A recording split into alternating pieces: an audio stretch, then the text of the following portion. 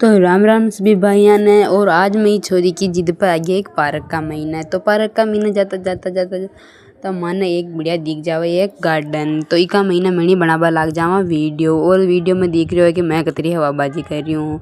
तो हवाबाजी करता करता मैं भी एक वीडियो शूट कर ली। तो और यही कि पागलपंती दिखाबा लिए स्टार्ट है कि मैं मन को न जानवर हूँ और जानवर की असलियत दिखाबा की कोई जगह न होगा। तो वह पाची स्टार्ट है जावा कि मारो एक वीडियो और बना दीदी मैं जोरदार स्टाइल में मस्ती कह रूँ। और बांदरी की न्यावणी या कभी ना घुस जाओ और या उन्ना की उन्ना थाला खबर लाग जाओ जैसे कि थान दिख अशान। तो यह पूरी बनी कोन पार्क लेकिन आलतरे के निर्माण चल रहे हो। तो मैं बेली गुम्बा आ गया कि आप या कशान बन रही ने देखबा चलना।